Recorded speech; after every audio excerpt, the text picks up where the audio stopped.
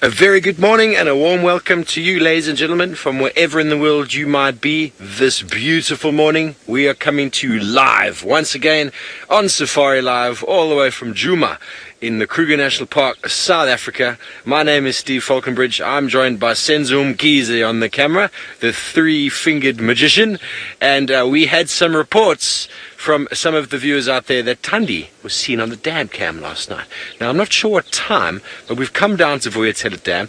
It is still quite dark. We've got the spotlight on. We're looking for some tracks. We're going to see if maybe we can find this beautiful cat. We're going to spend some time around the dam looking for that, and then also maybe follow up on where Tumba was last seen, see if he is still there with his full belly or if he's moved off. So the temperatures are a nice and cool 19 degrees Celsius, 69 degrees Fahrenheit. Please send through your questions and comments to hashtag Safari Live or follow us on the YouTube stream. Let us know how you are. Let us know what you're thinking and would like to see this morning. I am going to be joined by Mr. Scotty D. We'll be on a walk with Herbie as soon as there's a bit more light for them to see. And then Taylor McCurdy will be out shortly and should be like to follow up on the last position of the Unkuhumas from last night. So we have got an action-packed morning for you. Jump on board. Let us know how you're doing and let's see how lucky we can be. And there's a real nice coolness in there. Even though most of the days have been about this temperature, there's a very nice freshness to the air because of the rain we had a few days ago. So apparently Thandi was seen about 1 a.m. South African time. I'm not sure whereabouts she was seen, but we're going to do a little loop around the dam here, keeping our eyes peeled all the time for any movements, alarm calls. Good morning. Did you not get enough hyena last night? Of course not. Once we start seeing them, we get very excited. We want to see more. There are always tracks of hyena, and no doubt if we find a leopard with some form of carcass, there should be a lurking hyena somewhere trying to scavenge his breakfast. So we will keep our eyes peeled. Those of you on the dam cam might be able to see myself and Senzo crossing the dam wall as we speak, keeping our eyes, as I said.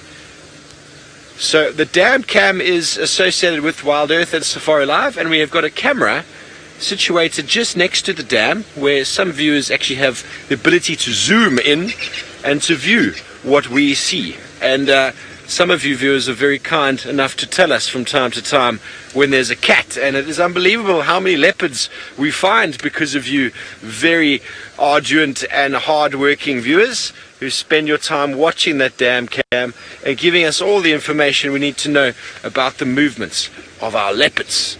So I'm going to continue on here, and while I do so, Taylor McCurdy is also out and she would like to say good morning. I always want to say hello first thing in the morning because I think I'm more of a morning person than anything. My name is Taylor McCurdy, and on camera with me today is David. And remember, this is a live and interactive safari, and we've still got our spotlights out because it is exceptionally early. It's dark, which is nice. I kind of like starting my morning off with a spotlight. It is, I find it quite easy to spot animals. That eye reflection helps quite a bit, especially with the tall grass, and I found it particularly useful at night when driving around in the Mara. So we are looking for lions, as Steve said. We're just trying to figure out where they've gone because from what we heard they had moved. Oh, there's one or two little elephants, but they're still in the thicket. We'll come back to them. At least we know where there's a nice herd. Perhaps they're going to be on their way towards here's one here. Not Buffelshoek Dam, Vuyatela Dam. But the only thing is, it's going to be quite dark to see them still. Hello? Oh no, this one's running away from us. What are you doing, elephant? Reversing. Oh, it's my favorite. Hello? Silly Billy. Lucy, you've requested to see some zebra. Well, I'll pop it on the menu and see if the chef has got any zebra in stock. You know, it is coming up to that day where deliveries are supposed to arrive, so we'll try our best. Where are you going? You're just reversing all the way down. This elephant's being a bit silly and being a little bit nervous of us. Now it seems to have settled down, though, as it starts to feed. But again, it's still very, very, very dark. So what I think we should do is, because we know the habits of the Nkuhumas and how quickly they can move. I don't know about all of you, but we'll definitely have another opportunity to see some elephants. I want to try and find these lions before they cross off of the property, if they haven't already. So I think we're going to carry on and take advantage of the sort of the light is not deteriorating, it's actually going to improve. But we'd have to sit here for about 20 minutes with that elephant before we get a decent sight of it. So I'm going to carry on. Oh, no, another one. Hello. Good morning.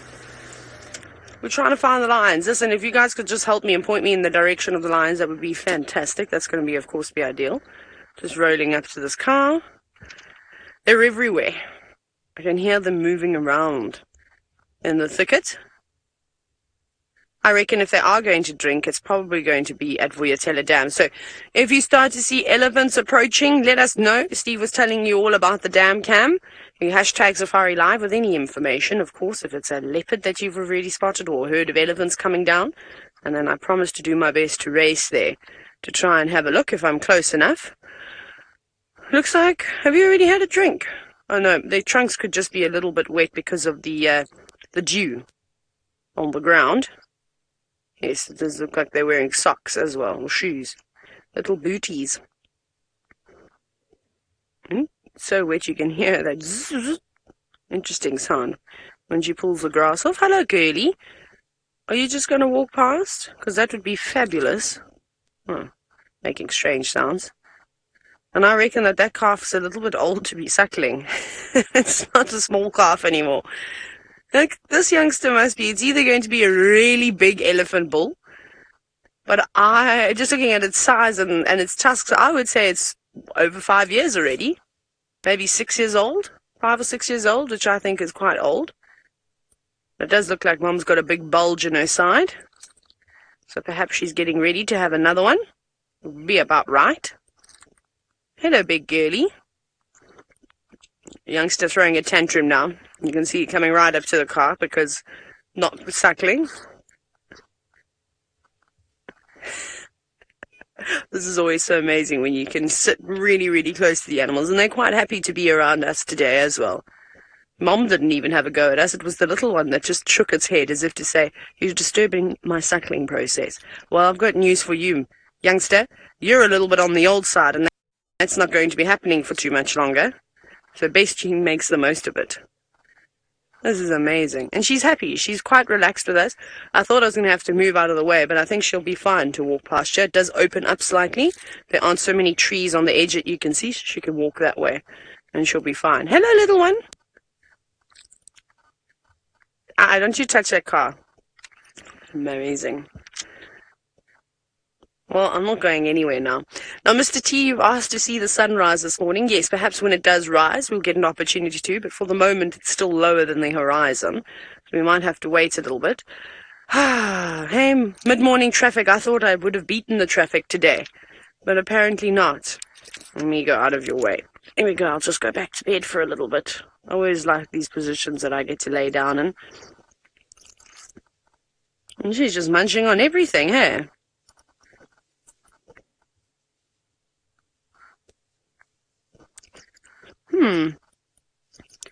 Now, Avon wishes, you're wondering, and this is actually a very interesting question, if an elephant trunk could become sprained, or bruised. I think so. I definitely think so. There's serious muscles in there. So maybe if a youngster runs too quickly, steps on its trunk and does a somersault, perhaps. Maybe if something hits it with great force, it would definitely become bruised. So I'm sure they experience all of those things. And I reckon when those little ones are trying to train their muscles, they must get stiff to some point if they have, a really busy day. When they're young, picking up all sorts of things, playing, I'm pretty sure that they'll experience kind of everything that we experience. So until those muscles are nice and strong and trained. But again, we can only speculate. I mean, there's no way of actually asking an elephant, when last did you bruise your trunk, or have you had a sprained trunk recently? It's a bit difficult. I try, though. I do talk to them. Right, and it seems as though, even though we want cats to be the theme of the day, the elephants are stealing the show, because Steve now also has one. Yes, I do. Thank you very much, Taylor. This is sort of a young bull, probably in his early 20s. It's hard to say with his head jammed into the branches there, but he has only got one tusk, which is such a shame. Probably broke off at one point through feeding. It'll never regrow back to its full length. But you can't really see that because he is hiding in the bush. And what he is doing is underneath the bushes like that, you get your more shade-tolerant buffalo grass, the Panicum maximum, which enjoys to grow in semi-shade. And he knows that. He's getting the most nutritious of the grasses growing in underneath what looks to be, I think, a whiteberry bush. Beautiful habitat that is all formed there. That's wonderful areas for spur fowls, nightjars, mongooses and the like to nest in little thickets like that created by small bushes. And this elephant bull is just slowly moving away from us now.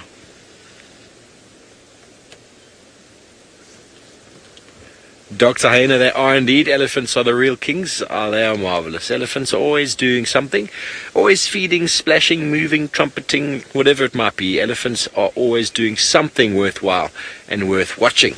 And he gave us a little bit of a show as we arrived to say, hey, don't come closer. And we just spoke to him gently and he realized, okay, these people are not a threat, but I'm going to continue on my wonders. So it is still quite dark, folks, so we're just going to quickly check where Tumba was last seen so we don't damage or destroy any tracks around the dam.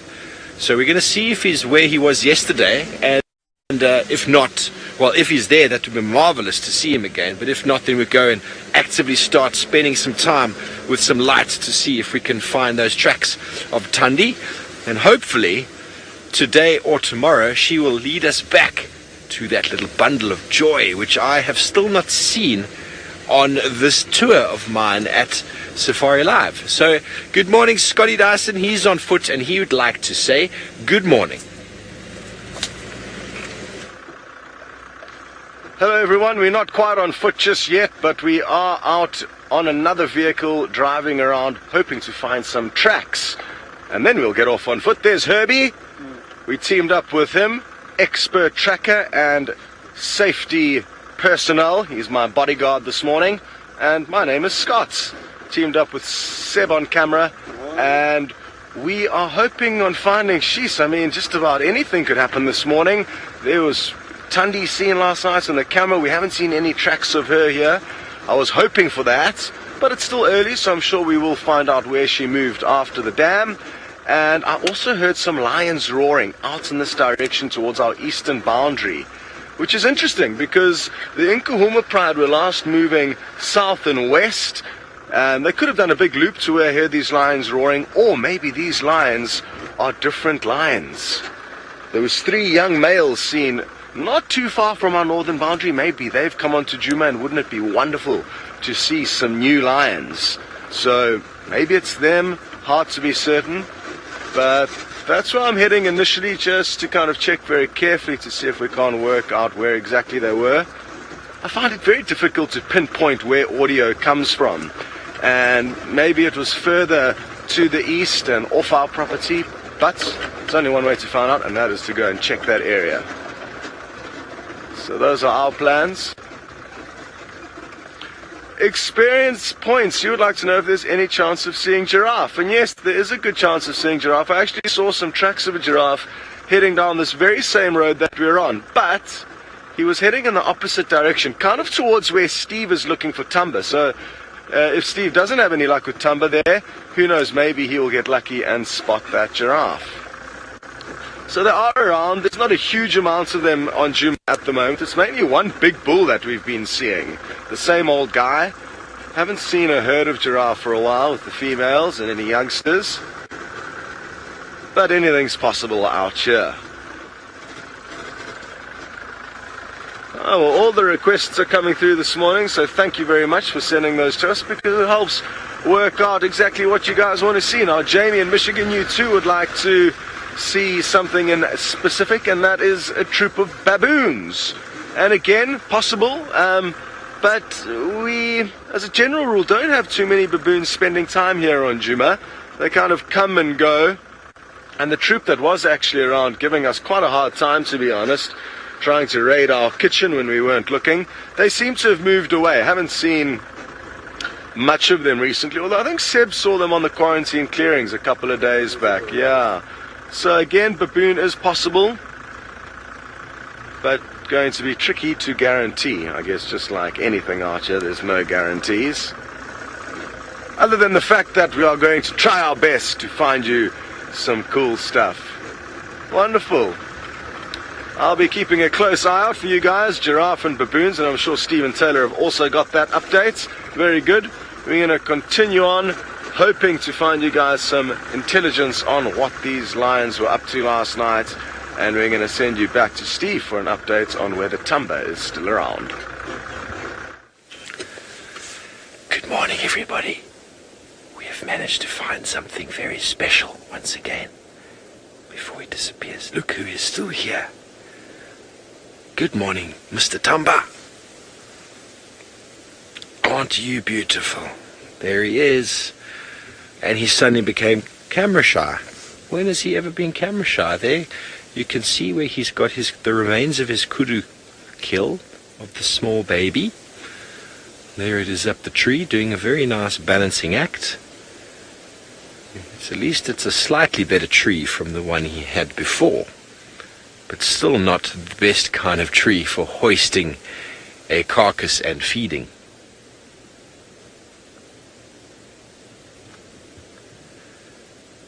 Coco Kitty, I'm pretty sure Tani would know Tumba. I mean, it's her last litter. There would definitely be some behavior or some interaction between them.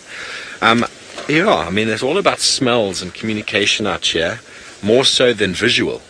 We're going to go around because he's just moved through the bushes here. So I think those smells will stay with him for a long time. They don't lose the sense of smell. Okay, sorry, Seds has got a better view of him than I do.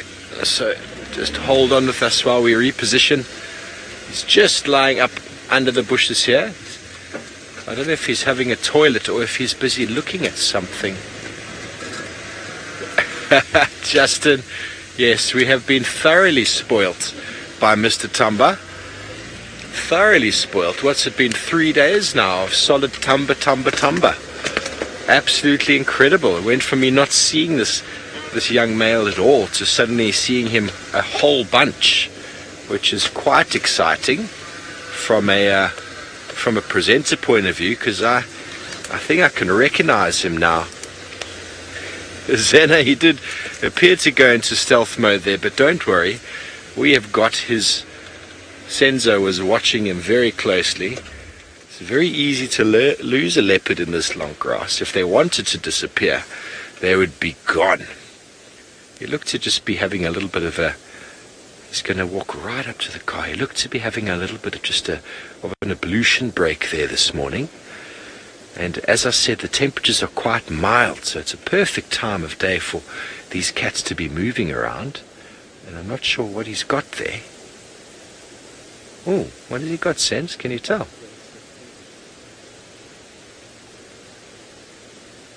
That's an elephant dung there in front of him, but he's possibly got some of his kudu on the floor. Looks like, I can't really see. Definitely chewing something. Maybe he's got the kudu head or a piece of the kudu that fell on the floor. Ah, okay. Okay, Sen says he's probably eating the stomach that the hyenas left behind. I didn't notice him leave any stomach the other day, or the other evening when we were here. But isn't that interesting? Desperate times, you're going to go and eat the intestines and stomach of an animal. It's quite popular for some people to eat tripe out there. I'm not a big fan. But what a start to our morning. What a start to our Sunday. Tumba's in the same place, which makes life very easy. He does still have a little bit of the kill in the tree there. There didn't seem to be too much of it up there. Ooh, you see that on his ear? He's got a really fat tick on his left ear on the inside. Look at that. That doesn't look very comfortable. Oh, 2 on the outside, 3 on the outside. Now those are female ticks that are gorging themselves off of his blood, and they will fall off soon into the long grass and form. So those ticks will fall off and we will get an infestation of pepper ticks at some stage. But B. Wilson would like to know if the hyenas can jump and get that carcass out the tree. It is too high for them. It is probably about close to 2 meters off the ground, while where the leg is hanging. So very difficult for the hyenas to get that high. I know there's that footage of Tristan with that impala carcass in the tree that the hyenas are jumping and ripping into shreds. That's quite marvelous to see. I've never seen anything like that before. But he does have it a little bit higher than that one, but I don't think it's reachable for the hyena. The only thing he would risk it is if Tani decided to come and have a little peek. She would definitely be able to steal it if she's brave enough.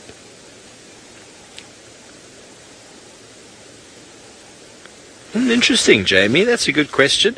Is he using smaller trees that lions can't climb? I don't think he's purposefully choosing that. He's just, there's an energy and a weighing up energy component there that tree is only about 20 yards from the previous tree he had, and the next biggest tree is probably 40 to 50 yards away. So from an energy point of view, I think he's just selecting the nearest tree possible. And as he gets more experience, I think he might start learning that, like he did with this kudu, he's not going to lose it if he happens to tree it up a suitable tree.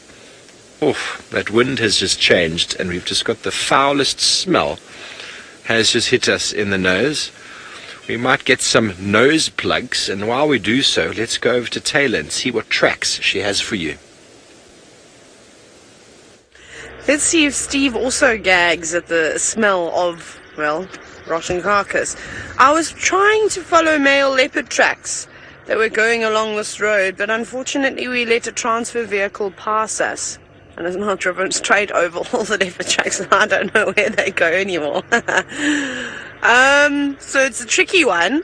So I'm kind of now checking to see any of those overhanging branches where maybe people wouldn't necessarily drive right up against the grass, because you know who wants to scratch their car? Nobody.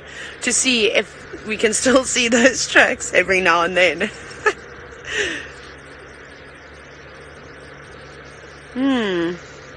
No, as we drive along, speaking of, we're talking about all the cats this morning.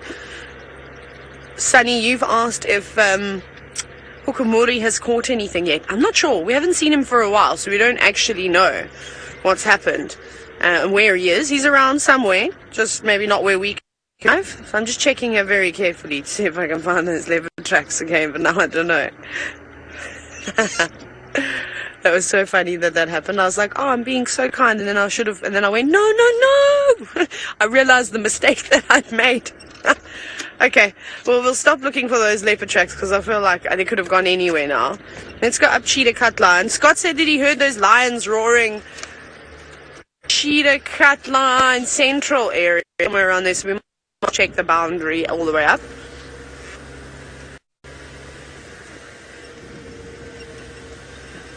Let's have a look. Who's here? Yeah. Got some more tracks. Let me go back. Let me show you quickly. These look like young male leopard tracks. Darby along. Oh, oops, my bad. I took my foot off the clutch too quickly. Let me show you.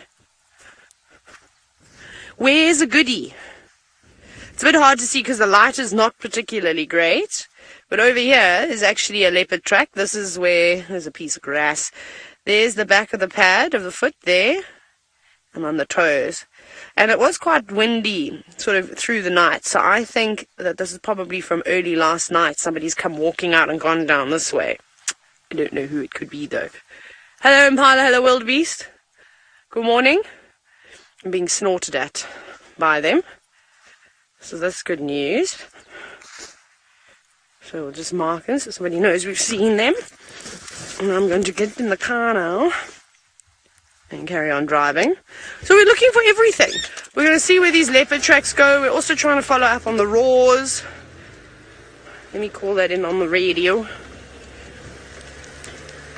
Sessions, I've got young male leopard tracks going east along Cheetah Cut Line from Gowrie, Maine. Hello, morning everyone. I feel like, why are all these animals moving down there?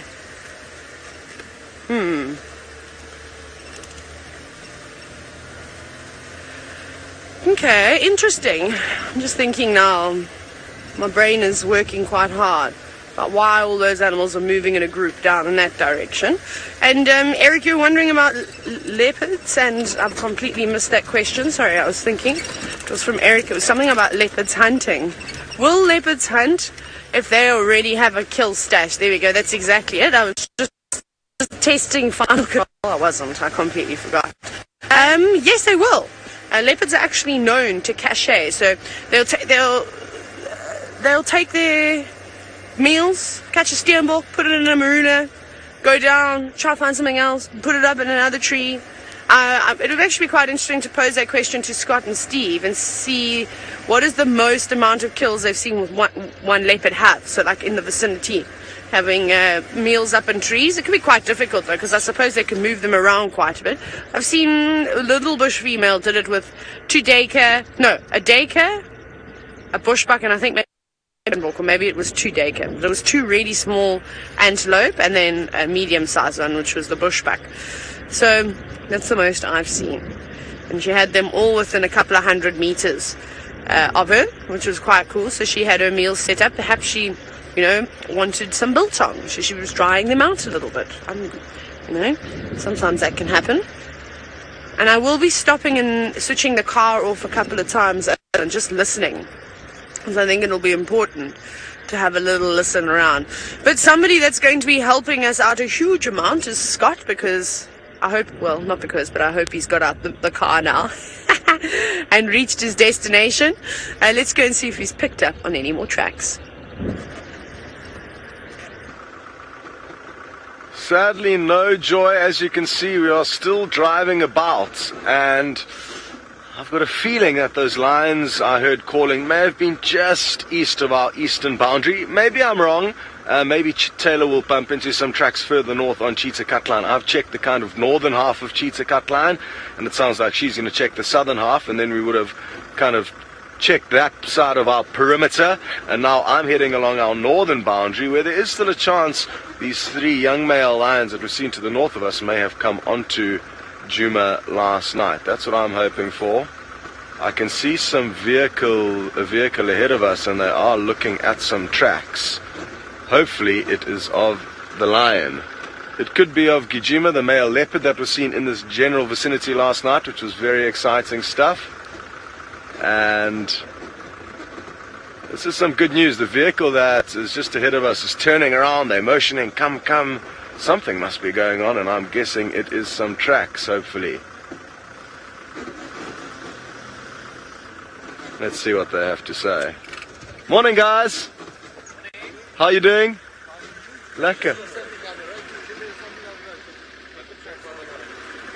Djuma came from this direction that way last night. Okay, let me have a look. Cool. So there are some leopard tracks heading down the road, and the guys seem to think they saw something on the road itself. But I can't see anything just yet. And I've got a feeling that it is Djuma's tracks from last night. And I've also got a feeling they may have seen a bush dangling over the road that kind of looks like an animal. You may see a similar thing. Okay. Well, whatever it was, maybe it slunk off the road. They saw something. I've got a feeling it's Djuma's tracks from last night. Djuma is a male leopard we don't see very often, so it was great to see him last night. Snazzy, you would like to know if lions will roar when they're not in their kind of area.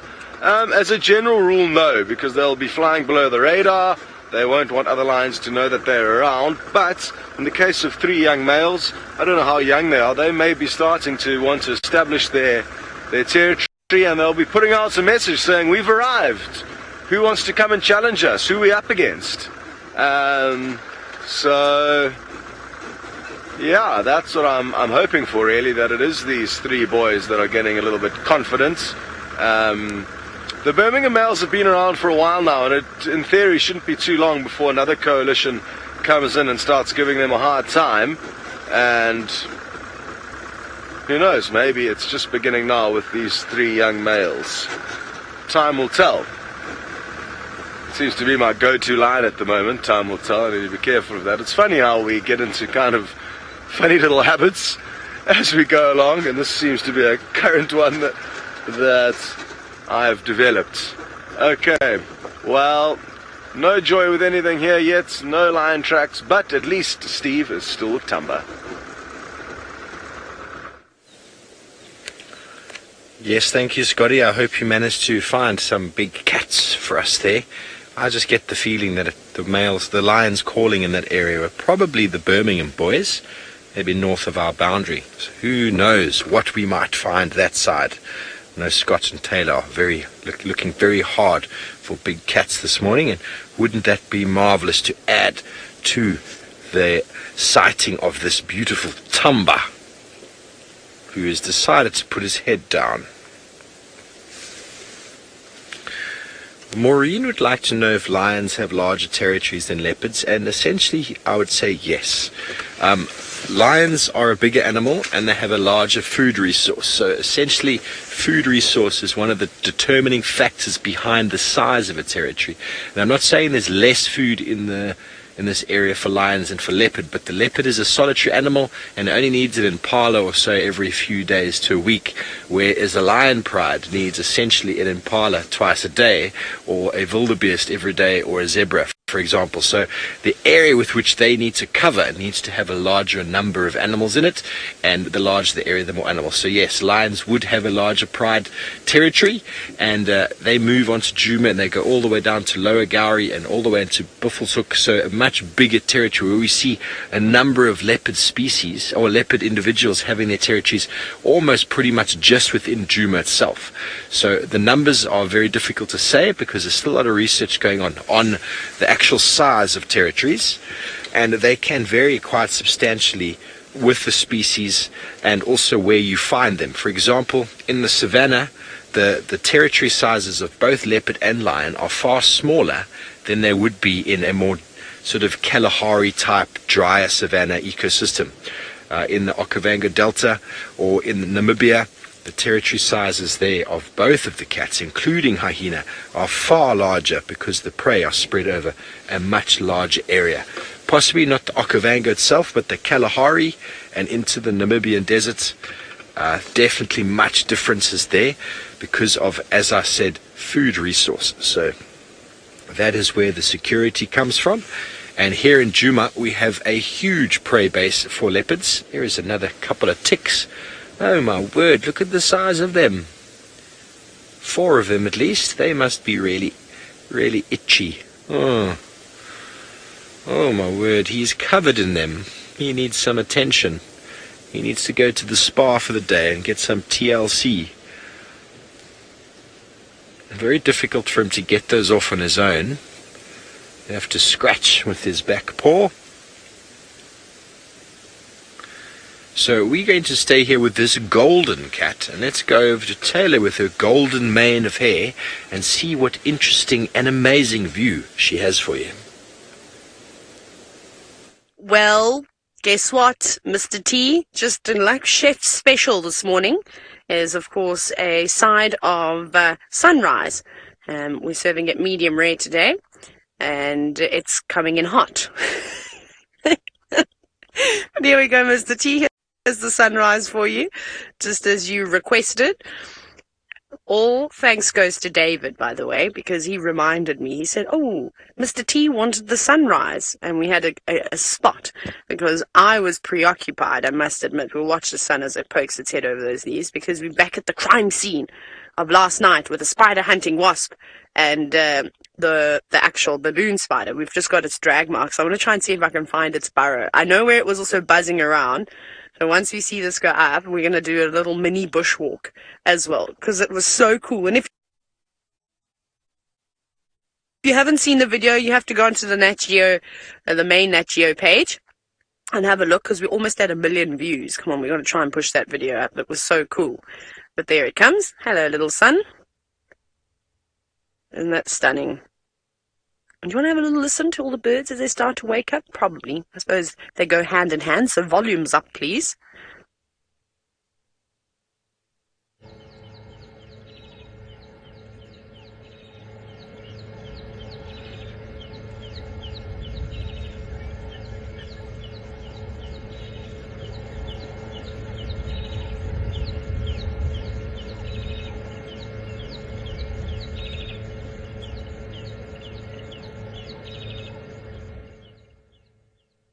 Very cool, eh?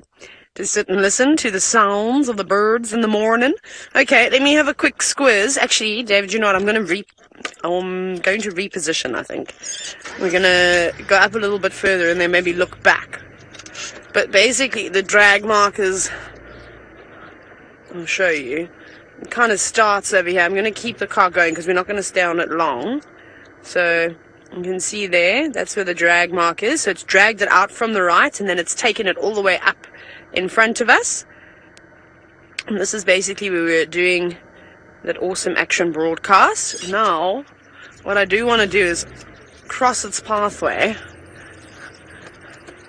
And then I'm going to jump out and go that side. Quickly. Let's have a little look, because I'm now intrigued. Okay, so this is where it all happened. I also need to just change my mic pack, put it in a different spot. There you go. Okay, so it crawls and drags all the way along here. Look how big it is. That's amazing. That looks like there's maybe a little scrub head track on top of the spider track. So that's not from the wasp. This is from the spider being dragged around. And then it's gone all the way in here.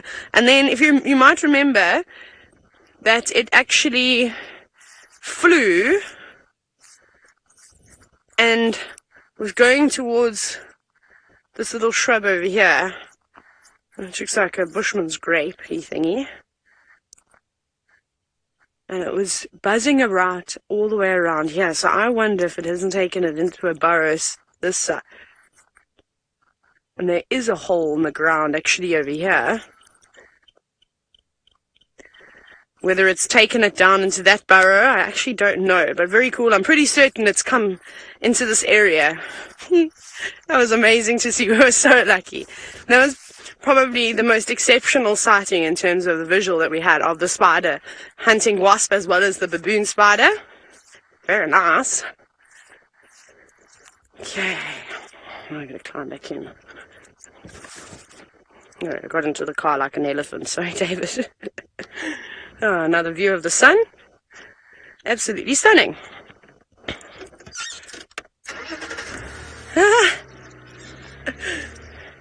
Mrs. Grumpy, you said you took a nap and then you had a dream about that dang wasp. I think it would be quite... There it is! Hey? I don't know if it's the same one. I don't know. But it's totally flying around there. I think it's landed in that tree. Do you think it got upset that I went walking around and perhaps discovered its burrow? It was a very angry wasp yesterday. Did you see it, Darby? Yo! We've got him again, the helicopter. There he goes. Bzzz. Now that's a very hard thing to follow. Darby's doing exceptional camera work. Hey?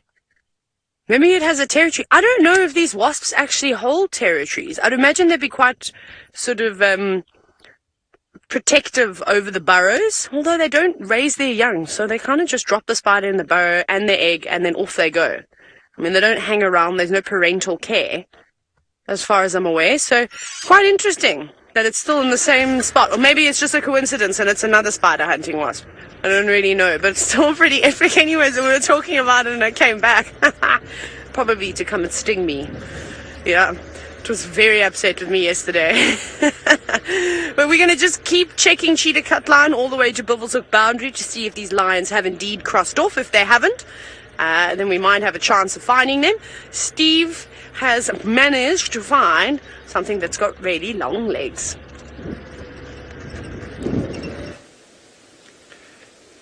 extremely long legs and a very long neck and a beautiful tail, and the envy of all the ladies with its eyelashes. Yes, ladies and gentlemen, an experience point, we have found for you a big male giraffe. We actually saw him approaching the site of Tumba, but then did a big loop around because the smell of death is very, very promising, or very, very prevalent in the area of Thamba. So we thought he's going to stay there for some time. So let's come out to the dam and spot this giraffe that moved past us, which was a request, and then see if we can find any tracks of Thandi in and around the dam, and see if we can maybe follow her, or at least give some updates on her movements so that the tracking team can make some effort in her location.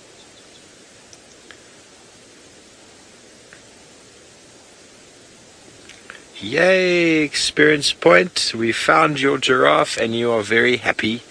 Me too. Nix, who's directing in FC this morning, that's what she said while we were making coffee this morning. She would like to see a giraffe, and so here we go, Nikki. This is also for you, and obviously for all the rest of you viewers out there. Nikki is excited. What a start to the morning. This big male giraffe would not like to come across the Nkuhumas, I am pretty sure of that, but to get to the size and age of this individual, you need to be quite a, what's the word, have your wits about you and have some tricks up your sleeve.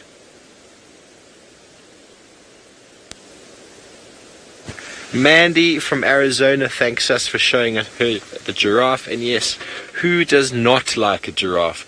One thing I've seen at Johannesburg Airport, or Oliver Tambo, the Johannesburg International Airport, is that you always find all the tourists coming and going, and probably one of the most common things that I see them carrying is a wooden statue of a giraffe, because they are probably the most bizarre looking animals out there, and everybody wants to see them. I remember there's always guests, even after lions. Lions, everybody wants to see lions, of course. But then the other two animals, the bizarre animals of the bush, or three, should I say, are the elephant, the giraffe, and the mysteriously painted horse. Let me just move up a bit, see if I can get you into a better position to have a look at this beautiful male.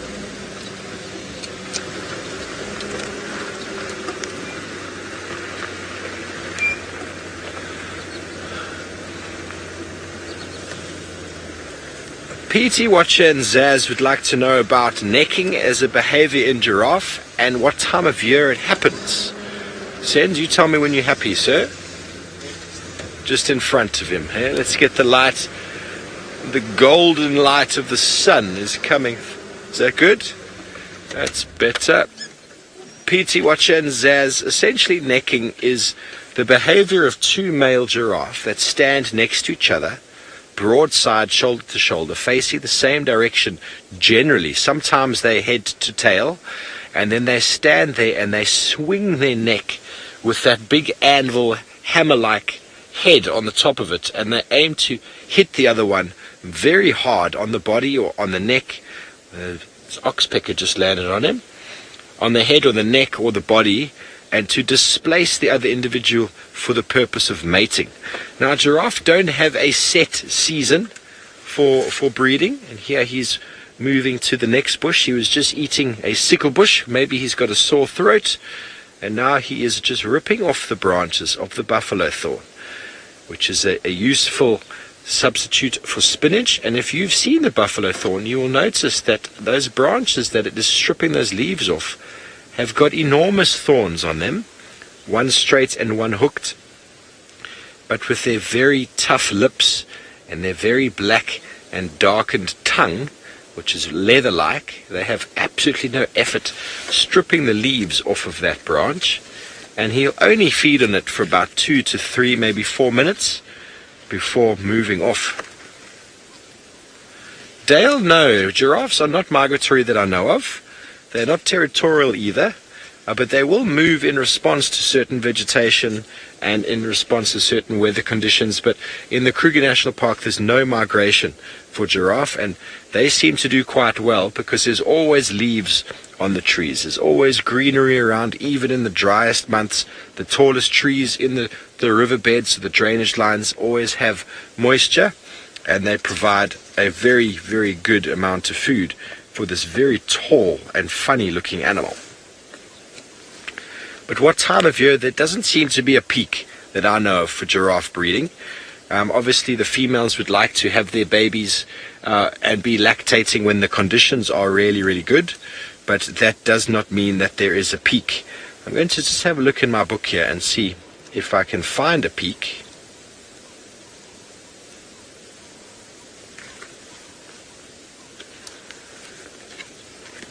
Dances with Dirt and Christie, how old is this male? Well, they can get up to about 27, 28 years of age. And by the look of his ossicones, those horns on the top of his head, which are very bald. Let me reposition again, Sens. You happy? Reposition again. We can have a look at his face. Face is a good indication of the age and the sort of calcifications that he forms on his head. Just on the little verge of this road here. He's loving that buffalo thorn. You saw he fed on the first one for only a few moments before moving off. You see the bump on the front of his head. The Sen's going to punch in there for you now.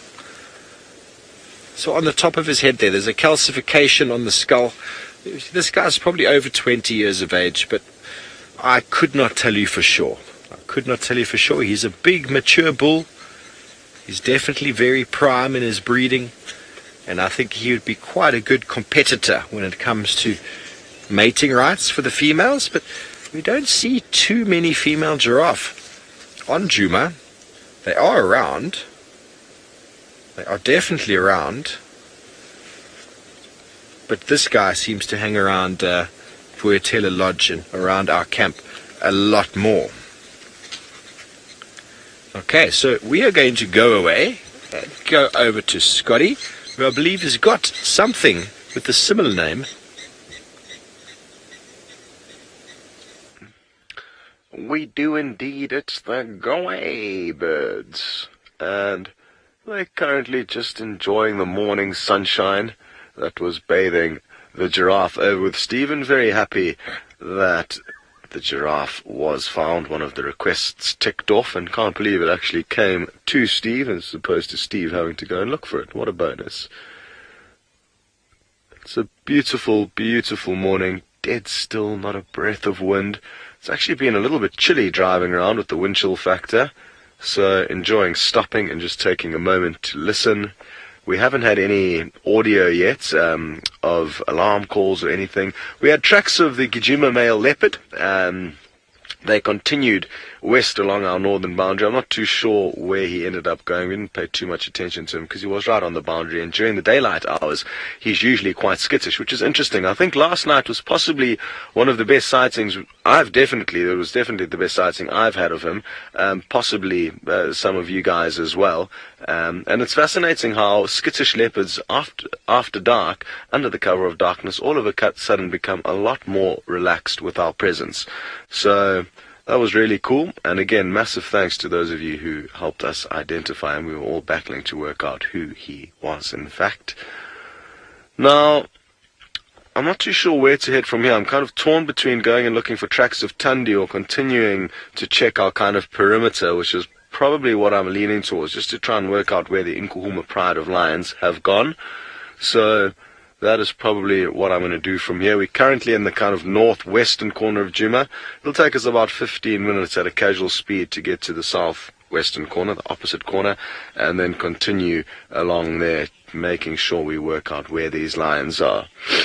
The canine, you would like to know, how is Tingana doing and how do we tell the leopards apart? Well, we don't know exactly how Tingana is doing. We haven't seen him very, very recently. But, I mean, he is aging. He's looking a bit thin. He's looking like, his joints are beginning to possibly ache and give him a little bit of trouble. So he's definitely not his usual self. And I think he is kind of just going to be slowly deteriorating from here. Of course, there could be a turnaround, but I think age is kind of catching up with him. And then how do we tell leopards apart? Each individual person will have their own way of, identifying various leopards. But essentially, you look at their spots, and they are the same. One leopard has the same spots, and no leopard has... All leopards have different spots. I should have had 3 cups of coffee this morning. So whether you're looking at a spot on their bottom, on their cheek, on the top of their head... anywhere on their body is going to have a specific spot pattern. And just like James Richards did last night, he did a wonderful kind of comparison of a side body shot and circled 2 areas that he was comparing against one another, and they really did match up quite well. And the same goes for cheetah. You can use any spots on their body depending on the individual cheetah or leopard and the individual who is trying to ID them. It's not an easy job, though, that I can assure you, and it requires quite a lot of effort and kind of time, and even the best leopard identifiers will have some tricky sightings and tricky scenarios, just like last night with Tundi on the dam cam. Alrighty. So Seb is currently standing outside the vehicle, so we're going to have to say goodbye to all of you if we would like to carry on, or we can try and get Seb to jump on board. Here we go. All good. Everyone else has got bad signal, so we'll just let Seb get into position, which he is now. He's sitting on the dashboard. Morning, Seb. And we're off. Very good.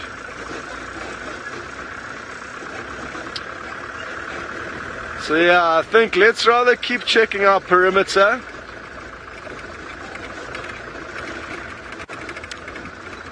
PT Watcher, you'd like me to elaborate on how the kind of whisker spot pattern works, and that's the kind of most common way of identifying or distinguishing leopard from one another. And basically, along the dotted whisker lines, or just above the dotted whisker lines, you generally get some individual spots where there's no whiskers, and it can be, often you go from right to left, so it can be 3, 2 or 4, all manner of variables. So that is a common way of identifying leopard and distinguishing. You can say they've got a 3-3 spot pattern or a 4-3 spot pattern. Again, the list of variables goes on. So I try to lift up my hat where the microphone sitting, so I didn't have to listen to my cough too loudly. Don't know how effective that was. And it's not the safest way to go about it, because you do get many leopards which will all have a 3-3 spot pattern. That's why to look at all the different spots and have multiple areas that you can check against kind of old pictures is probably the most useful way of going about it, to be 100% sure. So the whisker spot patterns, it's easy, but it's not 100% reliable to make you certain who you're looking at. Very good. I'm speaking upside down and in reverse today, so I think it makes sense for you guys to hop on board with Taylor while I try and get my engine warmed up.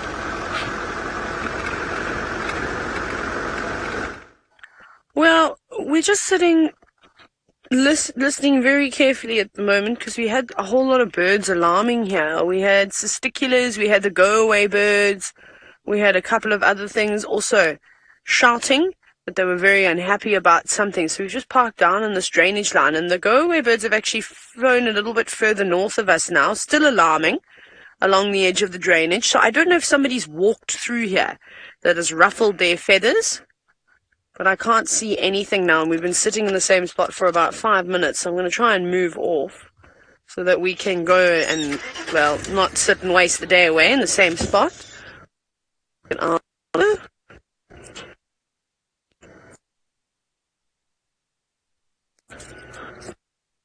don't know what it is. I didn't see any tracks. So this is not a great area, unfortunately, right at the edge of the drainage, but we're going to see if we can find anything around here. While we do that, I'm going to send you across to Steve. Thanks, Taylor. Sorry about the signal there with her, folks. We're just around the dam now, trying to see if there's any tracks that are materializing coming out of the dam, and at the moment nothing so far. So we're going to continue back over the wall and see if anything goes down sort of in a southerly direction. Some guests from Vuyatela there. Good morning, folks.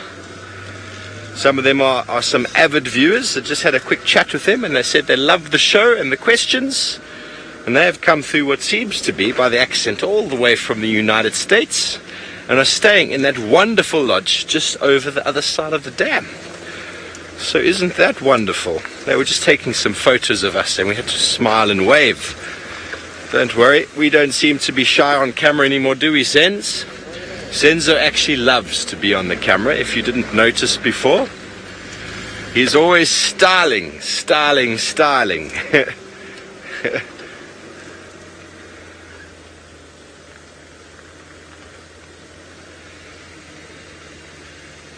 Tomac from Chicago. It is 6:25 a.m. in South Africa, and there is another look of the beautiful giraffe, who is doing what he does best, wandering from tree to tree in the drainage line, the river, dry river stream at the moment. But all of these trees that he's feeding on are going to be generally in the river system, are green throughout the year. So hence the reason why giraffe don't need to migrate. They don't really need to move anywhere. All the other browsing animals really struggle in the winter months, but the giraffe never seemed to lose condition.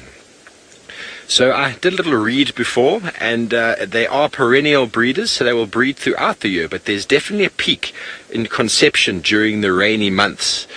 There's a 14-month gestation period, so if the conception happens in the early rainy season, then those babies will be born in the middle of our summer the following year.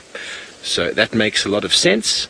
Elephants are quite similar in that as well, except theirs is almost 2 years, but still the breeding peak sort of happens at a very similar sort of period, so that the females can give birth to babies when the conditions are fantastic and they can really build up. Gary, that's a question I don't know. He wants to know, how much food does a giraffe need per day? I don't know, Gary. Far less than an elephant does. Elephant needs 150 kilograms, so 300 pounds. But I don't know how much. I would guess between 30 and 40 kilograms of vegetation, wet vegetation. And they are quite selective in their feeding, so that 30 to 40, and being a ruminant, they're going to get maximum quality out of that. But I honestly don't know. I don't actually even think it's in this wonderful book of mine. I don't see anything, everything else but how much they feed on. My friend does have a very cool book on animals and feeding and how much water they have, so I might message him and see if he can give me an answer. And here he comes. Be careful, ladies and gentlemen. Looks like he wants to charge. I'm only joking. He is moving directly towards us in search of the next beautiful bush for feeding. And you can see he's busy chewing a little bit as he goes. Very sharp and angular molars enable him to break up the leaf material that he swallows into very small parts. At the moment he's just getting saliva. Lots of saliva. These herbivores, the ruminants, produce an enormous amount of saliva, which is loaded with microorganisms, which then surround the chewed up parts. And the more chewed up they are, the more surface area there is for these microorganisms to feed and break down. And what is interesting is those microorganisms are pretty much protein based, and that saliva filled with microorganisms and thus protein is reabsorbed in the first chambered stomach after initial digestion takes place. So they recycle that saliva, which is why they don't need to drink as much water as you'd think. But buffalo, if you've ever seen buffalo dung, their dung comes out so moist and so wet that they have a very poor retention of fluids, whereas animals such as giraffe and kudu, being browsers that they are, can get a huge amount of the moisture that they need from those leaves and vegetation that they feed on, and then their dung comes out as very dry pellets. So they reabsorb a majority of the water that passes through, which is quite conserving for an animal that has to very awkwardly bow down to get into a very awkward position to drink. So it alleviates a lot of that. So we are going to continue on around the dam here. Just thought we'd give you another look at the giraffe who just happened to show himself. And we're going to go over to Scotty Dyson for another update. Hello everyone. We've just come across some tracks of a male leopard, but he appears to have just veered off the road. I'm not sure if they're still there. Let me just hop out quickly. I'm guessing, judging by the area that we're in, that it's the Hukumuri male. And yeah, they must have just veered off behind us, because not far behind us the tracks were coming down this road. Let me just go a little bit further down just to make sure. Sometimes they kind of zigzag from side to side, might leave. Oh no, they're still going. They were just walking down the middle of the road, which is an area that's hard to see them. Just letting Herbie know. Herbie had jumped out to check further behind us, so just gave him a little whistle to let him know that they were still going forward. So, this is good. We found some tracks. Now, rather than hopping off the vehicle and following them on foot immediately, it'll make sense to use the vehicle to help us travel a bit more quickly on this trail down the road. And then once they kind of veer off or get to an area where we can't use the vehicle, then of course we will use our feet. Epic stuff. And I mean, from here to where Tumba is not far away. Let's say half a mile. So who knows, maybe Hukumuri is going to storm onto that scene. But let's see what the tracks do. Maureen, you'd like to know if there's more than one species of giraffe, and yes, there's 9 subspecies as far as I'm aware, but there's been a kind of recent debate that there might only be 7 subspecies. We only see one type here, excuse me, here in South Africa. You get 3 different types up in Kenya. Here's some nice clear tracks on the left that Seb will be able to show you. Let's just stop there for a second, just so you see what's going on. And my favorite of the 9 so-called subspecies is the reticulated giraffe. So I would have a look at that on the old Google machine if I were you. Very, very cool giraffe. Up there you get the Rothschilds, the reticulated, and the Maasai giraffe. Okay. So I'm sure you've had a good look at the tracks now. Marvelous, marvelous stuff.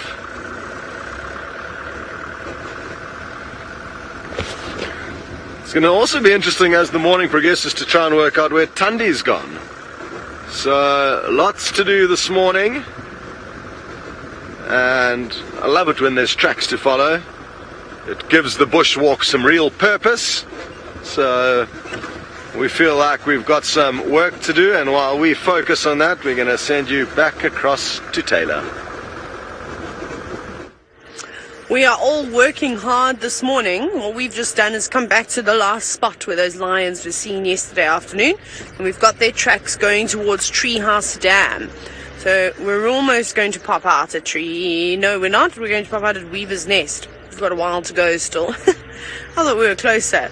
But they're on and off of the road, so not only am I trying to keep my eye on the odd footprint that's left in the sand, but also scan around, because we haven't found any tracks crossing off just yet. I did chat to Rexon. Rexon is racing down towards Triple M, which is one of our boundary roads, to have a look to see if there aren't any tracks crossing out in that way. Because I can't even see. Oh, I wonder where they crossed on Weaver's Nest, because I didn't see any tracks crossing. But I did also drive that section of the road when it was quite dark, so I suppose I could have missed them. Herbie is now looking for me. Please excuse me, everybody. Standing by. Tracks are all going along here.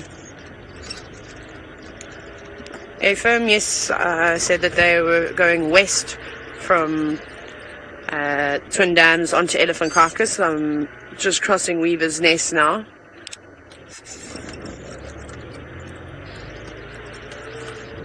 There you go, just updating Herbie. Turn the radio. I always do that. We need to come and chop that out. There's a log that's sort of, or a big root that goes into the road, and it's a bit of a nightmare because we all hit it every single time we come around that corner. Okay, so they check carefully here. If they crossed in this drainage line, it would explain why I wouldn't have seen any tracks, because it is quite hard, sort of almost like gravel and a few rocks, which don't leave the greatest of tracks behind.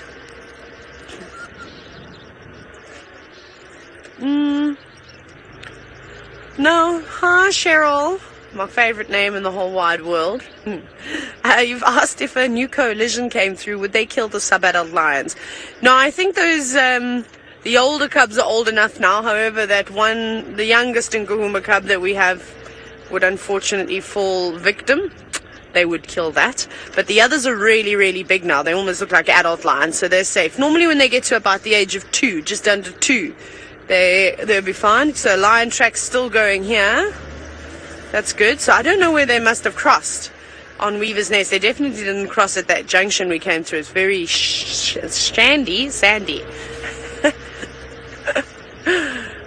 And now, seeing as though lions are on our minds, the canine, you're wondering what is the average lifespan of a lion in the wild? They can actually live for a decent amount of time. Typically males don't live more than about 10 years, but you do get the odd case every now and then where they live a little bit longer than that. I'm just checking carefully. So sometimes up to 12, and then females have been known to live to the ripe old age of about 16. So again, sometimes up to 17, but that's exceptionally old. What was I doing looking for lion tracks? Why didn't I see any here? Well, I'm just trying to figure out where exactly these cats have gone, what route they took.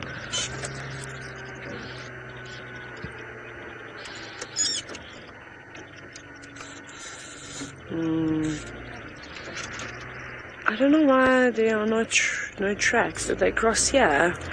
Let's check at this next junction. Sorry, but I'm just concentrating so hard right now. Also to look around here, because there's some really nice spots that they could be laying in. Also, if I were a Duggar boy, buffalo bull, I'd probably hang around in this area. Let's see. No, man. Where did they go? Oh, goodness. Okay, I'm going to try and figure out where on earth these lions walk to, which seems to be a little bit more difficult than I anticipated this morning. Let's go see if Steve has managed to find Tandy's tracks yet. Thank you, Taylor. Keep those on and see if you can find those lions. I've done a loop onto the one side of the dam, and there's nothing coming out. So before we move out of the area, I'm going to do another loop around to see if either on the road just heading to the right here there might be some tracks, or that very popular drainage line just sort of south from where Tumba is at the moment. But what we do know is that they love to go down through this Milwaukee drainage system, and so I'm going to check that little river crossing over there before heading down the road to our right here, which is called Central, and that's kind of the road we quite often have her moving on back towards Drakensberg area in the east, where she has normally been stashing the cub. So, excuse me. It'd be lovely to find her. And the challenge is on. I would like to find Tundi. I'd like to spend some time tracking. And who knows what we might find. She might be quite close. She might be just in this drainage system here with a kill. You never know. She's a very successful leopardess. Or she might have come and had a drink and then gone all the way back to her cub in the eastern side.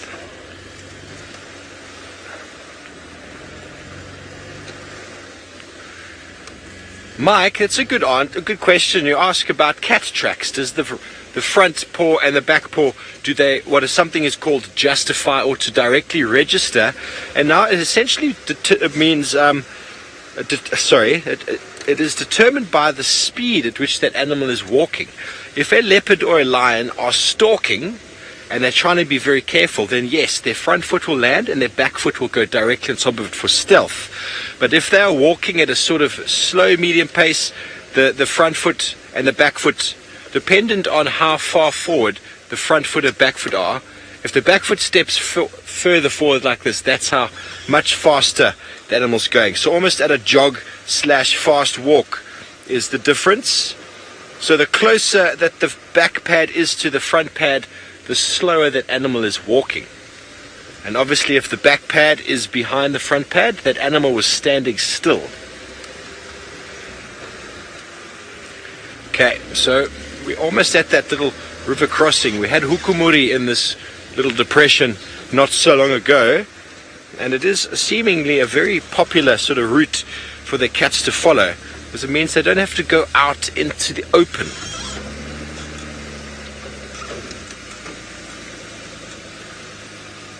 Hello Nostrich, you'd like to know what animals are most likely to visit camp, and what we do have resident in our camp is a little spexed hinge tortoise.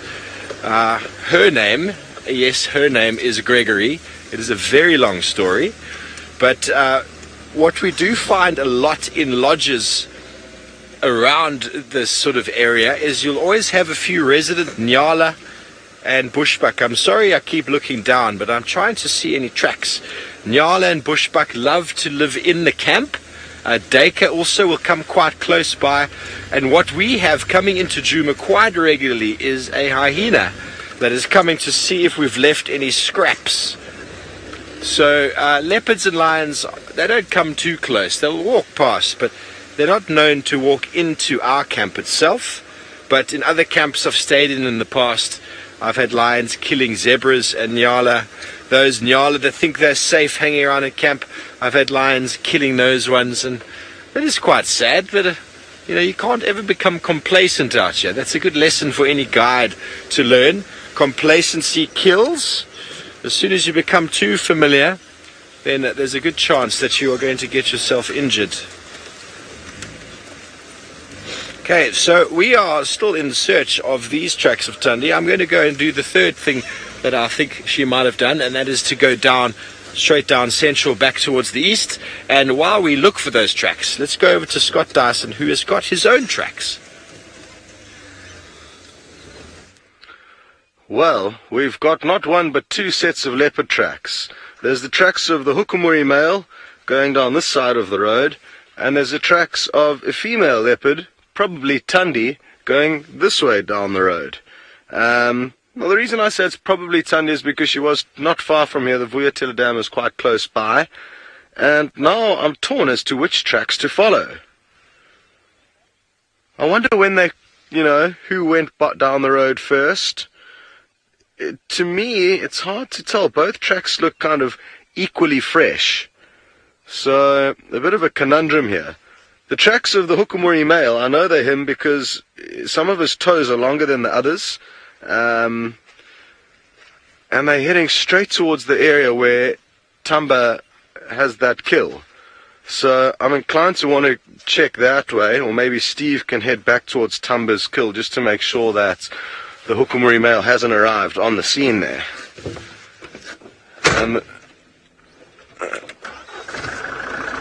Let's go a little bit further forward on the male's tracks and see where he goes at this next little road junction just up ahead of us. I'm guessing he's going to turn right towards a small waterhole. Yeah, he has gone down here. So I know you guys have been discussing animals that come into camp. I once had a bushbuck in my outdoor shower when I used to live across at some of our accommodation called Inga's Kaya. A kaya is a house in the local Bantu language. Okay. Yeah, I think because the hukumuri male's tracks are heading towards Tumba, it'll make sense for us to follow them just to work out what in fact happened. He was still going down this road last time I checked, still is. Now I'm told all of you would like to see Tundi and the cub. How much are you going to pay me to go and look for her rather than hukumuri? Only kidding. Okay, well, Let me just give me a few minutes on these male leopard tracks. I just want to see where they go from this water hole. And like I said, I really think Steve should possibly head back to Tumba, because with all that scent and smell of death, like Steve said earlier when that giraffe decided to get out of that area, Hukumuri could well catch wind of that too and go and investigate. If he hasn't in fact already done so, maybe that's why Tumba was looking a bit sheepish this morning. Excuse me, his tracks are still going down the road here.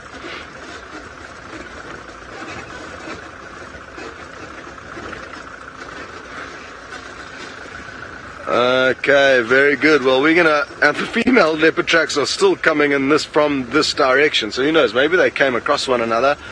Very good. We're gonna do our best to work out what's going on here and send you across to Taylor in the meantime.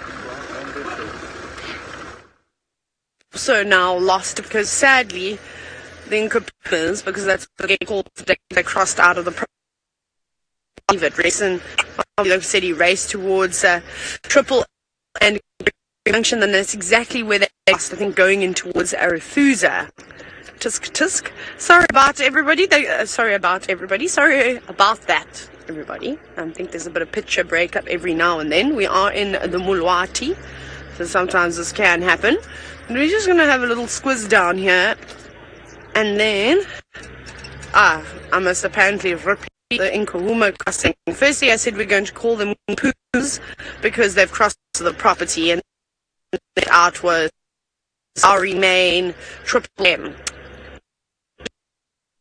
They motor believe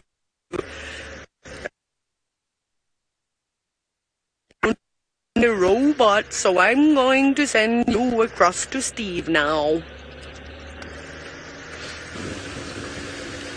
Hello everybody, sorry about Taylor's gremlins. Maybe it's because there's so many lions nearby that is interfering with the signal. Let's hope that is the case.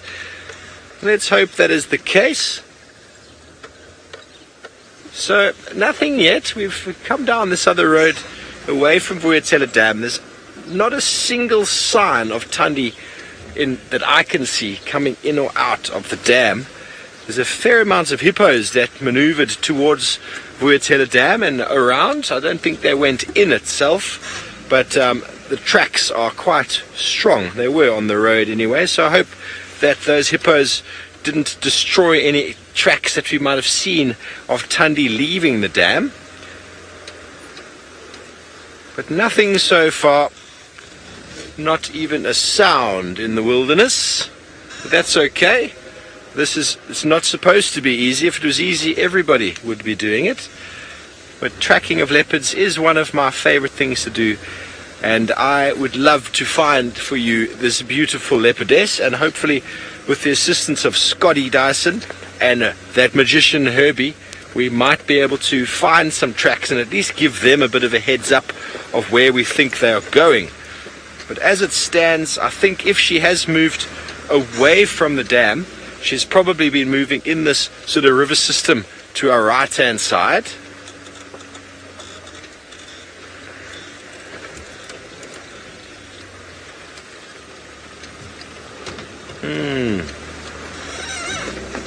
Anna Marie, yes, we all hope that Hukumuri doesn't find Tundi or her cub. She is trying very hard to avoid him, well, at least for her cub's sake.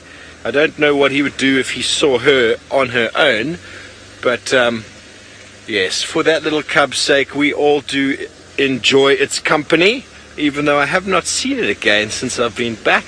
I would love to, but I think it will be just fine. She's keeping it away in an area that we haven't really seen him in, so hopefully Tingana is still holding fort in that area and at least trying to keep that male away. But Djuma was seen not too far away last night in that area as well, so it really is interesting to know, where has Tingana gone? Where has he been squeezed out to, you know? And if he's not calling or scent marking, it's very quick for another male to move in, to take that sort of unclaimed area, because the sound is a very obvious giveaway, but then also the smell of the urine marking would be a very good indicator. And after the rain we had the other day, if Tingana didn't go around and reaffirm his boundary, another male would just move in straight away and take it almost unchallenged. Because that is it. If it's vacant, you take it.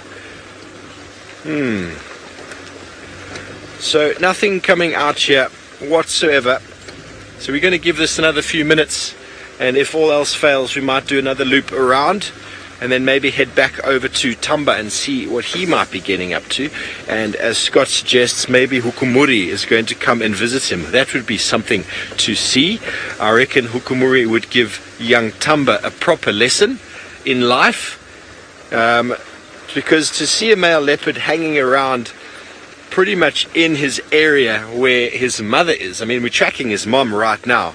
If he became a mature leopard in this area, he would want to mate with his mother, which is not ideal. It's not what you want.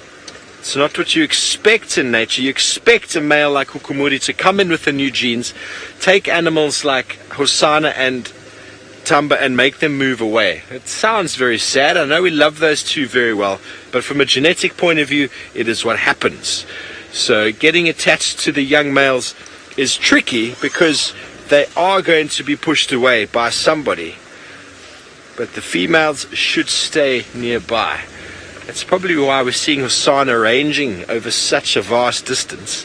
He's just trying to sort of fill into his zone, and also maybe he's not being challenged by Tingana, so he's got free rein.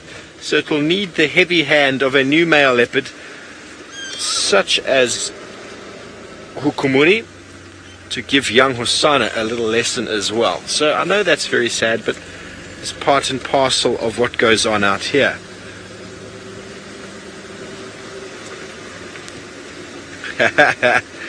Jason, this is already a reality TV show. Each of our leopards have got their own Facebook page and are very, very popular.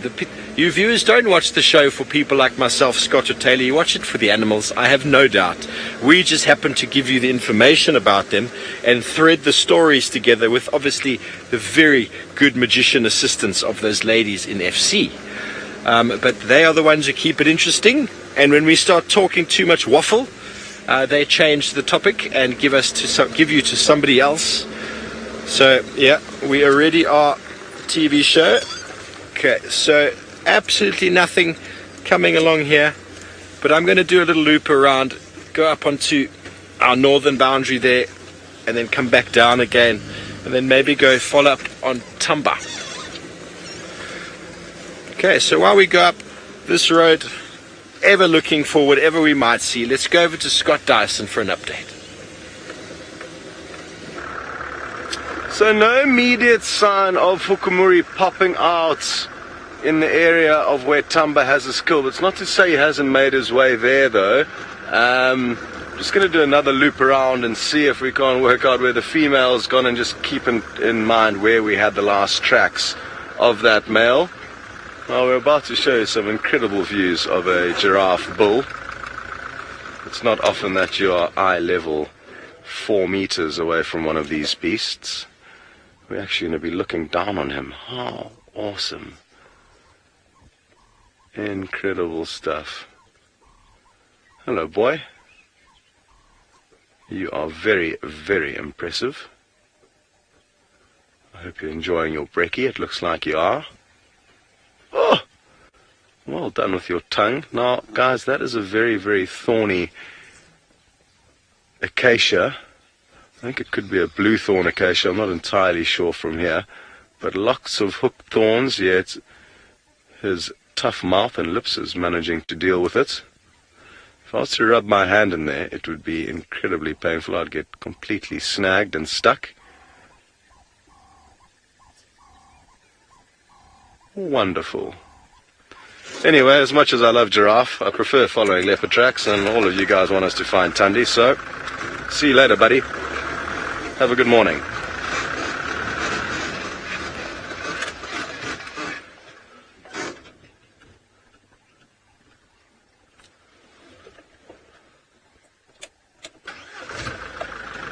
Just some impalas stop and look, but it appears they're just having a kind of routine check. I'm told Steve's been checking around with all kinds of efforts to try and find Tundi's tracks and hasn't had much joy yet. Don't worry, Seb. I've got you. I've got Seb by the foot in case he tries to do a scuba exit off the hood of the car. He's putting his body on the line here to get the angles. Good stuff. The other thing is that where the Hukumuri male's tracks were last seen heading, it's very close to the camp environs, and that makes tracking for us very difficult. Do you see that multitasking? Hats up, hand over the mouth. Driving. Yes, driving. Talking a little bit. Not making much sense, but making a noise nonetheless.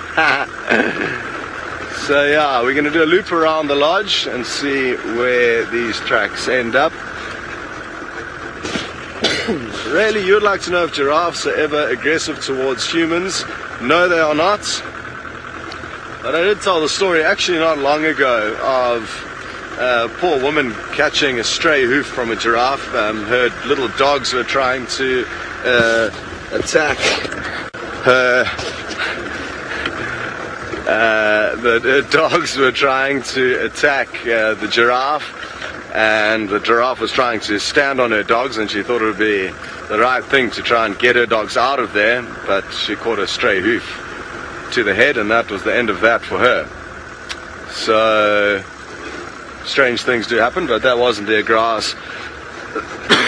the giraffe being aggressive to her. It was the giraffe being aggressive to her dogs that were giving it a hard time, which you can't really blame it for. Okay, so where have you gone, Tundi? Her tracks were not too far from where we are here, so I'm going to do a bigger loop around and try and intercept them in the kind of general direction that they were going in. So I'm going to kind of head across in that way. Some hyena tracks there. It seems like, I mean, if it is Tundi's tracks, I mean, we just know that it was a female's tracks. It was not necessarily Tundi. It could be her sister Shadow. Not likely because you haven't seen her for long, but possible. Or maybe another female leopard called the Shidulu female. And I think she would be pushing this far just to make sure she knows what's going on with the Hukumuri male. And I don't think the cub would be in this area. I don't think she would bring the cub this far into where Hukumuri has been moving. So if anything, we've probably got a long trail to follow back to the east where she ordinarily has been stashing the cub.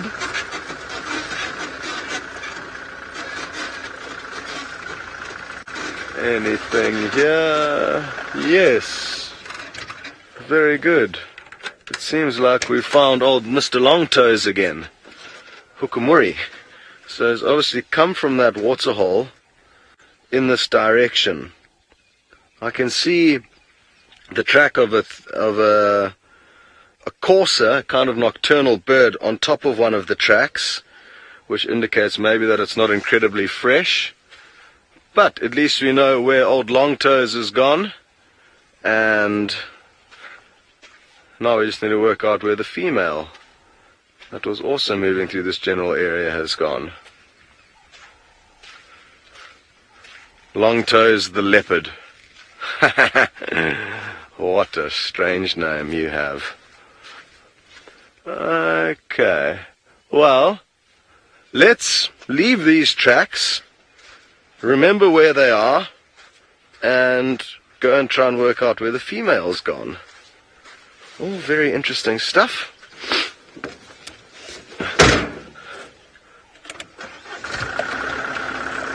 It's so difficult to know what to do, which tracks to follow. There's too much going on. Jane or James or something with the J, I think you'd like to know who is my favorite leopard. And James, I don't really have a favorite at the moment, or at least not this morning. Yeah, no favorites at the moment. They're all cool. I'll take any leopard.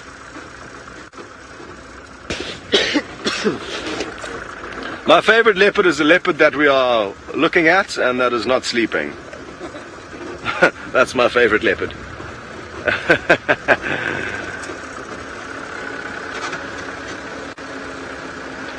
So I'm guessing what happened is that the male had a small drink at the Gallagher waterhole where we saw his tracks very, very close to, and then veered off in this direction after, continued on his kind of usual pathway. Oh, here's the female tracks. Very close to our camp.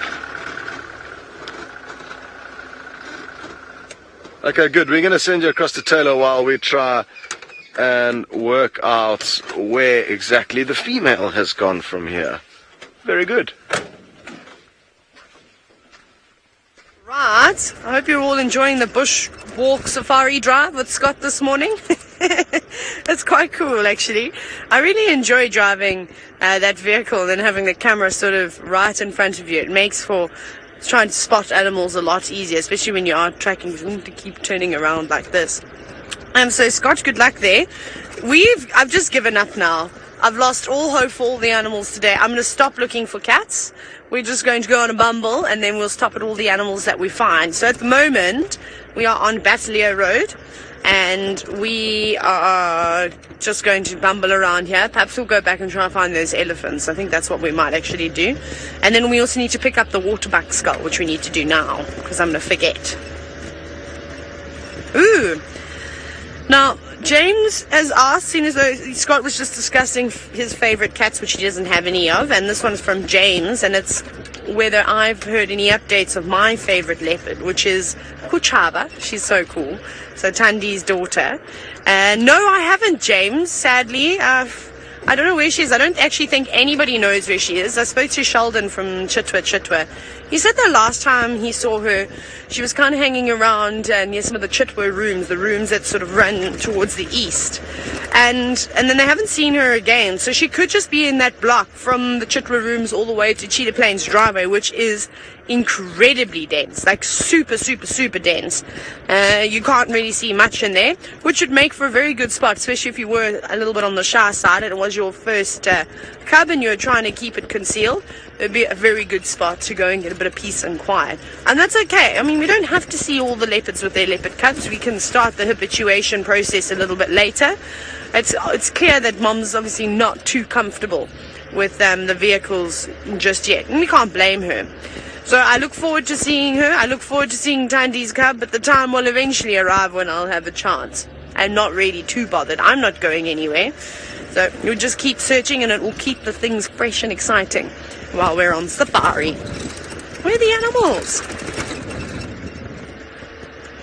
Oh, nice subject change there, Kendall. You wanting me to tell you a little bit about Gregory? Well, I'll never forget the day we first met. Let me tell you. She looked at me, I looked at her. I thought she was a boy. She didn't know what we were. I don't know. So, I wanted to actually go down Central because we're going to get the waterbuck skull. So let's carry on down this way.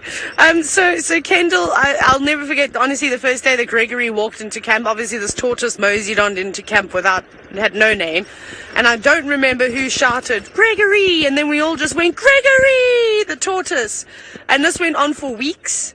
And Gregory was very scared of all of us. We'd go towards her, not knowing her sex at the time, and she'd cringe away and she'd hide in her shell, lock the hatches down, didn't want to come out, say hello, none of those things. And then she would come and eat all the marulas on the ground. So that's why she was coming into camp, is we've got a couple of massive marula trees that drop the most delicious fruit. So she was coming to eat those. And then we decided to have a look at her. I think I may have actually sexed her. And then when Gregory's a girl. Whoops, so it was too late to change her name, so she's still Gregory.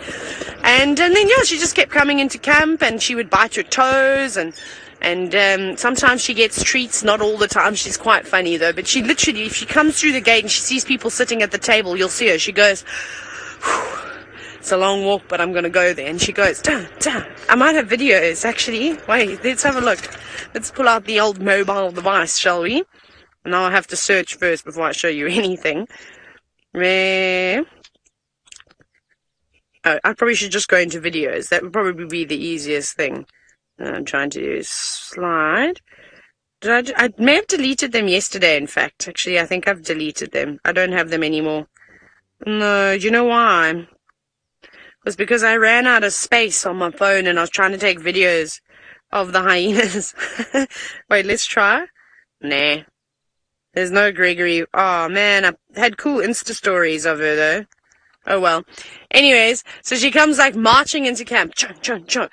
And she has to navigate the sandbags, and then she's onto the concrete. Then she goes over our little, so we've got gutters. Obviously, the water runs out, but it's got, like, a mesh top to it.